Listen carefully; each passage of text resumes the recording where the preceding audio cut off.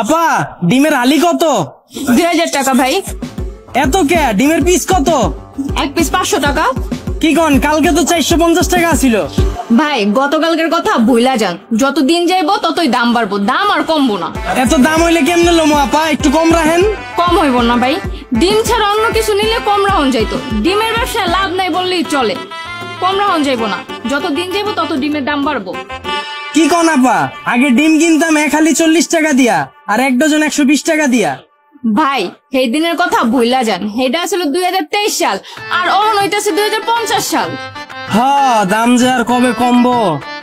ভাই কোন শুনছেন এই দেশে কোন জিনিসের দাম বাড়লে সেটার দাম কমছে? দাম আর কমতো না। আচ্ছা দেন, এক পিস ডিম দেন। আর কিছু লাগবে ভাই? হ্যাঁ আপা, তেল কত এখন লিটার? তেলের কেজি 20,000 টাকা। কি কন, রাইতে রাইতে দাম বেড়ে গেল? কালকেই তো ছিল 19,000 টাকা।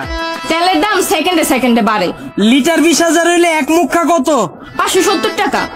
আচ্ছা ঠিক আছে দেন, কি আর করার, খাইতে তো হইবই।